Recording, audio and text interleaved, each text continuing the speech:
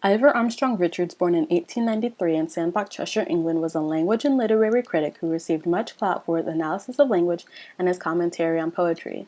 Though he graduated from Magdalen College in Cambridge with an undergraduate degree, Richards donned many hats before his ideas on language helped him to find the right one. Many of Richards's theories about language were derived from empiricism, a school of thought that originated around the Renaissance.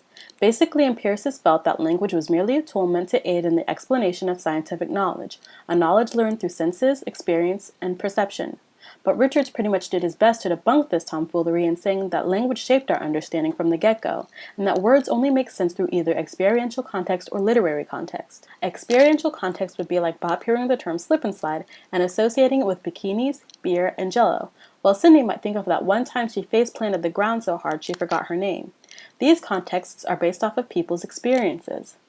An appropriation of Richards's experiential context appears to be Kenneth Burke's theory of terministic screens. This is the basic idea that our experiences expose us to words or terms that may only make sense to us in specific contexts and shape how we view things in other contexts later on.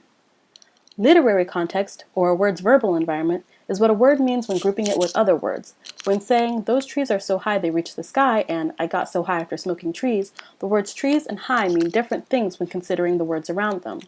Two styles of language that are important when regarding context, specifically experiential context, are referential language and emotive language. Though the concepts do become excruciatingly convoluted, the essential understanding is that referential language appeals to reason, facts, and the scientific knowledge that empiricists raved about, while emotive language appeals to, surprise, surprise, emotions, but both types are simultaneously used in speech.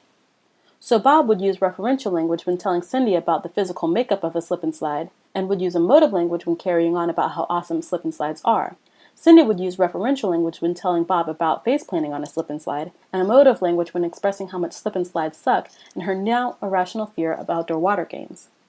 Contextual meaning stems in part from Richards's idea of the proper meaning superstition, which is the belief that every word has one inherent meaning. But Richards wanted to discredit this by saying that meaning is contextual, not inherent.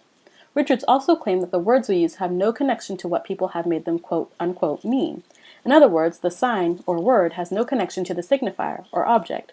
To think that there is a connection would be falling prey to the proper meaning superstition. Richards highlights the disconnect between words and their meanings in the triangle of interpretation, which shows how the symbol, or the word itself, evokes a thought or mental image that we've associated with the symbol, which references an actual physical thing in the world. It's important to realize that in creating meanings, humans have, in a way, produced their own knowledge through language. For Richards, language wasn't merely dressing meant to clearly articulate knowledge like the empiricists thought. Language makes knowledge because in forming words and connecting meanings, we've created our own way of knowing and understanding what things are.